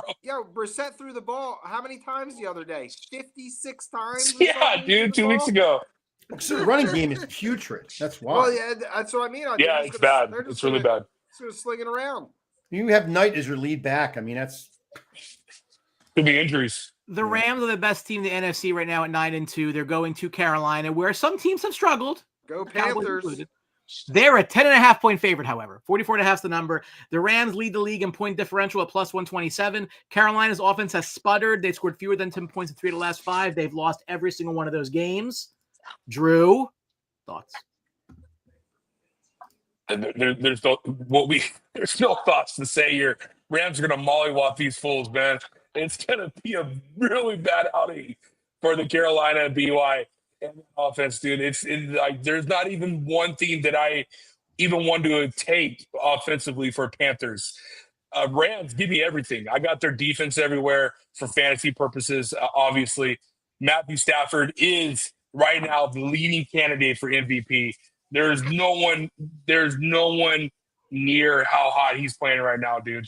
He is on fire. He's got a streak going on for multiple pass touchdowns this season. Kyron Williams, they haven't had to use him that much, which is great for them because he's going to be healthy down the stretch and into the playoffs. Puka, Devontae that was such an underrated signing with Devontae Adams. Their offensive line has been playing great.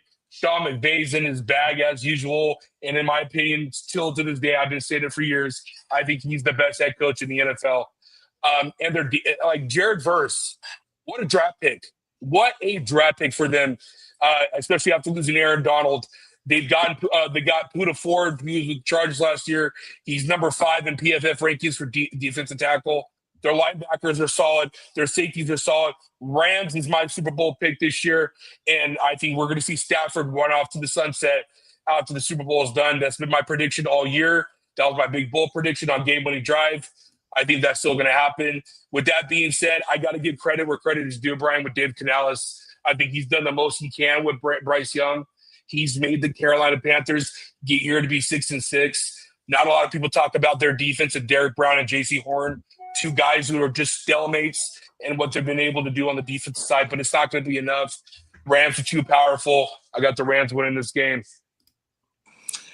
Real quick, I'm a Panthers fan today. They somehow beat the Rams. The Bears are number 1 seed. That's crazy, but that's insane. I'm taking the points. Give me the Panthers plus 10.5. I'm going to ride with this West Coast team coming East Coast to Carolina. I think Carolina plays better at home. I obviously don't think they're going to win, but I'm taking the plus 10.5. Give me Rico Dowdle anytime touchdown plus 125.5. Not a half. I'm sorry, plus 125. I am going to say horns up today because I just don't think the Panthers can keep up with this offense. I mean, you got Pukua, you got Adams on the other side playing really well. You got Higbee if you need to. Stafford's playing at an unbelievable level. Williams is having a great year. You go over to the Carolina side of the ball. I do not like Bryce Young a little bit. I don't think he's that good. You know, McMillan's been a breath of fresh air for them, and Dowdle's played great, but I just don't think even J.C. Horn on defense, I just don't think it's enough to keep this Rams team from, scoring at will and just blowing it up. I'll lay to 10.5 with the Rams. I just don't think Carolina has a lot to stop this Rams team. This Rams team's running on all cylinders right now, and they're not stopping, even coming west to east. I just don't think Panthers have enough. So I'll take the Rams given lay to 10.5. We move to the 4:00 games, and it's Max Brosmer leading the 4-7 Vikings into Seattle against a familiar foe in Sam Darnold. They're 8-3. Golden Gophers. 11.5 is the number. 40.5 is the over/under. J.J. McCarthy, who's not playing today, has the lowest completion percentage and pass rating in the NFL. Sam Darnold against his former team. He should be motivated. Look, the Seahawks are going to win this game. Are they going to cover 12? Brian, did I mention how bad McCarthy sucks? I hate McCarthy. So I would say that it's a little early to make that determination. He sucks. He stinks. The reason they got him is because he went to Michigan. It's exactly the reason they got him. Small sample size. Small sample's correct. Stinks. Small sample. That's great. It's small, but to Mike's point, he's worse. He's worse than DeMarcus Russell. Yeah, he keeps trying to be this game leader, and he's not a leader. He's not a leader on this team. You think Justin Jefferson's going to say, "Oh yeah, you're right, JJ. Let's do that"? Yeah, he's going to say, "Screw you, dude." Has nothing to do with being a leader. It's can you play football? Well, that too. Play football. I'm sorry, we got off track there. Go ahead, Seattle at home should dominate the Vikings today. Their defense is going to swallow the Vikings with this guy playing quarterback. The Vikings probably just going to lean on the running game. Going to get a frustrated Justin Jefferson again. These are the points I'm laying today. Give me Seattle minus 11.5. I mean, how can you not ride JSN? The guy is just smoking fire. Give me a JSN touchdown, over 100 yards. Sam Darnold, give me Sam Darnold plus over 250. I think he's going to show out. The Vikings made a mistake here, he's going to show them they made a mistake. So Seahawks all day here. Yeah. Vikings are obviously not going to make the playoffs this year, which is huge because they had Sam Darnold last year and they made the playoffs. It's crazy when you let hindsight's 2020 and all that, but it's crazy to see how far the Vikings have fallen off since they let go of Sam Darnold. With that being said, I think Sam Darnold's gonna have a revenge game today with the Seahawks. Great story for him. This is gonna be 2 years in a row now that he's been consistent with his performance, and JSN is the best wide receiver in the league today, according to stats. You gotta give him credit where that is, dude. The Seahawks are just playing great football. Is it Mike McDonald? Yeah, the head coach who came from Baltimore. Great decision to let go of Pete Carroll and have him be the head coach for the future. It's worked out great. They had a solid bounce back year last year. Now they're 8-3. They're just in a division with a team that is absolutely phenomenal in the Rams. But the Seahawks will make the playoffs. It's going to be a very interesting ride the rest of the season with Seattle. They have all the makings to be that championship contender team. The big bugaboo, which I think all of us would agree, is that Sam Darnold, can he win the big game? In the big games from last year to this year, he's 0-3. He's 0-3. I want to throw that out there. But they'll be a tough out. Oh, 1,000%. That defense is disgusting. Yeah. If you got to go there too. Wait. Oh, Mike, go ahead. No, because I got some good points with this one. So 2 weeks ago, they lost to the Rams, the Seahawks. This week, they struggle on the road against the Titans. They want to come home and make a big difference. If you don't think Sam Darnold has this game circled on his calendar, you're kidding yourself. The Minnesota Vikings are 25th against the pass. Smith and Jigba is going to go nuts today. I agree with Ann. He's going to go over 100 very easily, 97.5 over under. Take it to the bank. And you got a rookie quarterback on his first game going to Seattle. You want to on a team that needs to get right. This does not spell very good game planning for Minnesota at all. I think Seattle wins this easily. I will lay the 11.5, be comfortable with it. Seattle in a runaway today. Both teams need this win. We've got about 10 minutes left to go over 4 games. Both teams need this win. Josh Allen has 7 touchdowns in 5 road games and 21 in 6 home games, and this one's in Pittsburgh. The trend may not be the friend for Bills fans. This is a tough game. I don't know what to make of this game. Both of these teams are up and down, especially the Bills. I don't know what to expect from the Bills. The Steelers team, I mean, watching them play the Bears, I mean, they haven't been able to stop the run.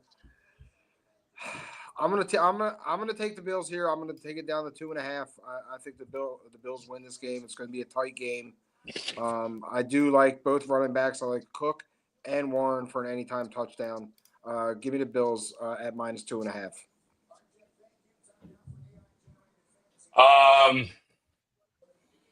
This game is so tough. I mean, it's dependent on Rodgers. I mean, what kind of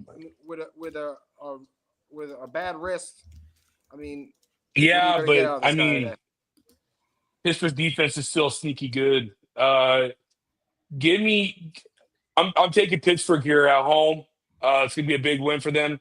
Not only do I need Pittsburgh to win, it's gonna benefit the Chargers if the Pittsburgh win, just like it would for Carolina with the Bears. Yeah, I'm a big Steelers fan today. So I got the Steelers winning today. I think they'll be able to control the clock, win in the trenches. Dude, you see how many starters are out for Buffalo? Yeah, over 6 starters are out for Buffalo. Yeah. I think that's going to hurt. It hurt them last week. It's going to hurt them again this week, especially with their all-pro left tackle out, Deion Dawkins. So give me Pittsburgh today, just based on injuries, Brian. Good play there, Drew. I like it. Yeah, I think the Steelers as well. They're a good home team. I think the Bills with all these injuries. I mean, it's going to be tough to get them to go on the road, especially to Pittsburgh, and win this game that both teams I think really need. Buffalo needs it more, I think, in a little sense, but I think Pittsburgh with the 3 points, it's going to be a very close game. Could be a 2 or 3 point game. And I like your logic teasing it down a little bit or taking it down a little bit. I'm going to take the Steelers just because they're getting points in this game. I think it's going to be a really back and forth game. Maybe Buffalo wins at the end by a point or two, but I'll take the Steelers with 3 at home, and I think I'll be safe with that. Drew, any concern? Boo. Any concern on this one? No. It's like a high school team. I had no concern. The Chargers should easily handle the game today. With that being said, it's probably not going to be easy. It's probably going to be extremely tough going down to the last second. I mean, at the end of the day, dude, like the injuries are finally going to catch up to you, and we don't have both our tackles and our guard, our free agent acquisition of Becton is complaining about his play and how the Chargers have been handling him. So that isn't really comfortable to hear. Our offensive line is in shambles, dude. Our defense is good. We're coming off a bye week. I hope the Chargers are ready today. They don't win today, Brian. We're out. Just stick the fork in us. We're done. I mean, you got to win the game. I mean, you have to win. This is a must-win game today and moving forward to the rest of the season. The Chargers got to figure out to beat the Raiders, to beat the Eagles, and then to beat the Cowboys. And then you could say, I have some shot of making the 6th or 7th seed in the wild card. If not, it's a wasted season. And it's a bad look on Harbaugh. It really is. It's a bad look. Bad look, regardless of injuries or not. Yeah. Any other thoughts, gents? Ant, go ahead. Yeah, I mean, this is the NFL. I wouldn't be surprised about anything, but I'm rolling with the Chargers here. Give me a -9.5. I think Harbaugh's going to have them ready to take this Raiders team down. Yeah, I'm just going to roll with the Chargers here. Give me -9.5. With that being said, Genty is not having the year they thought he was going to have. Brock Bowers is a beast, but he's just got a bad quarterback throwing him. Geno Smith has pizza boxes for feet, and Max Crosby is an absolute nightmare out there, but he's got nobody else. But being all that said, I do think the Chargers win this game, but as scary as this sounds, I think I'm taking the Raiders because of 9.5 points. I think the Chargers win this game, but it might be by a touchdown. I just think for some reason Max Crosby is going to have a good day today. I don't think the defense is going to do that much, but I just think the Chargers aren't really lighting it up in a way of firepower. I think they're going to have enough to win this game today, Drew. I think they definitely win. At 9.5 points to me is a lot of points for anybody to really put on for the Chargers to put on this team. So I agree.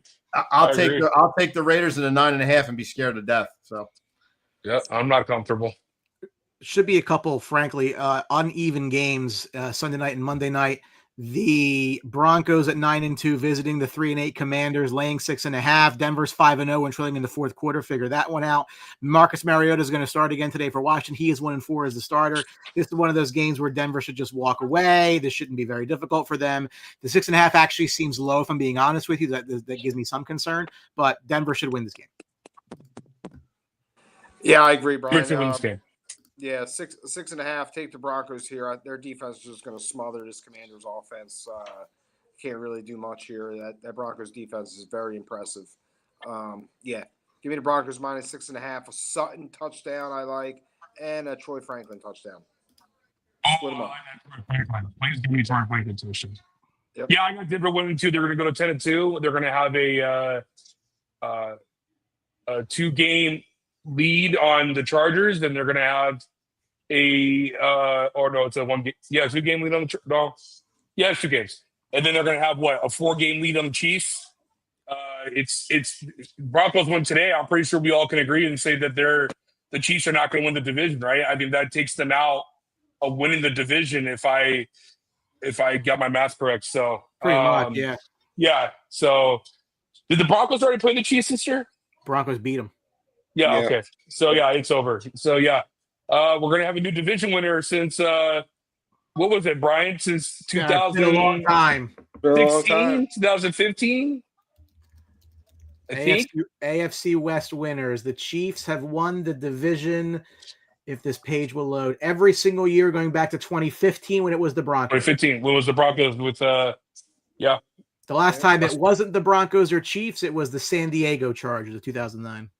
Thank you for that. Thank you for that. Thank you for that added. I appreciate that. So I as well am taking the Broncos. West to East doesn't even matter in this game.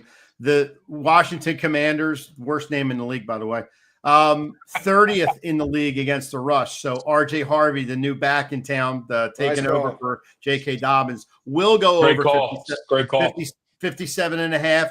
That's money in the bank right there for that. The Commanders are terrible. Broncos are rolling. Bo Nix is going to have a good game. Give me the Broncos all day long in this one. Love it. Last but not least, in a rematch of a couple Super Bowls that the Giants won, the Giants are going to get their dicks kicked in by the New England Patriots on Monday night. 7.5 point line, 47.5 is the number. The Giants are 0-5 with Jameis or Russell starting, 2-5 with Jackson Dart, who I believe is clear concussion protocol. Drake May, who I still would take over Caleb Williams, no offense, leads the NFL winning percentage, completion percentage, and passing yards. This is, again, they are taking advantage of a weak schedule. You play who's in front of you. I never say otherwise. They could end up with the top seed in the AFC. Figure that out. That's Mike Vrabel, baby. I mean, listen, that he's done super job there. That's not really a surprise. Buffalo falling off is a bit of a surprise. New England's got a bit of a cruise control. However, I don't know that there'll be any. I think if they're the 1 seed, you don't really feel good about them coming out of the conference, but I think they could get there. Yeah. I was having fun watching Jameis Winston. I always love watching Jameis Winston play football. I don't know. I think if Jameis Winston played this game, I would take the plus 7.5 here. Yeah, I mean, I'm not messing with the line. I'm not messing with this game. I can see the Giants cover this game, to be honest with you. Hey, would you guys start Chris Olave or Brian Thomas Jr.? Olave gets more volume. Or Shakir? Olave actually, and Jackson Dart's cleared concussion protocol. Okay. I know he's playing. I just like watching Jameis Winston play football. But yeah, Pats are going to win this game, and they're going to get that 1 seed. Yeah, Patriots are winning this game, like Brian said, using the words that he used. Kick the you know what's in. You got the second. In my opinion, the second candidate for MVP is Drake May.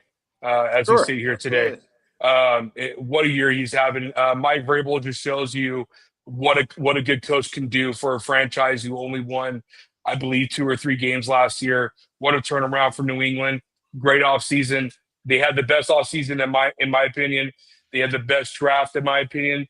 Go look at the draft. Go look at the players that they produced from 2025 drafts. And now you have a great acquisition in Stephon Diggs, who's making life a lot easier for the second-year quarterback in Drake May. Also, shout out to Travion Henderson, who is now claiming that number 1 running back position. He is, dude, he's lightning in a bottle. It's just insane how good and how well they have done. By the way, most underrated coaching signing was Josh McDaniels to bring him back. Oh, I was just going to say that. They hired. He should never leave. They hired. Never leave. They hired. Permanent position. Yeah. And permanent position, just like what's the name? Like Kansas City, the defensive coordinator. That's how Josh would be. And real quick, I will say I will take the Patriots as well in this game. Henderson is going to be great in this offense. No question about that. Hunter Henry, very nice year he's having. Nobody's really talking about him too much. And I will give you another stat. I am taking the Jackson Dart rushing under today, which is 29.5. The Patriots are the number 1 team against quarterback rushing. They only are allowing 15.5 yards a game. Interesting. I'm taking Jackson Dart under today. The Giants will go to jail if they run this guy. That's to that, but to that point, they're not going to let him run. They're not going to let him run. So good call, Mike. I like that. Yep. So, anyway, guys. Welcome back in the saddle, Michael. Enjoy your Week 13 matchups. We'll catch you next week. I hope all your bets hit, all your fantasy games win. This used to be the last week of the season. Now it's next week in fantasy. That's the way things go with the 18-week season. That's it. So enjoy your day, guys. Take care. All right, boys. Peace out.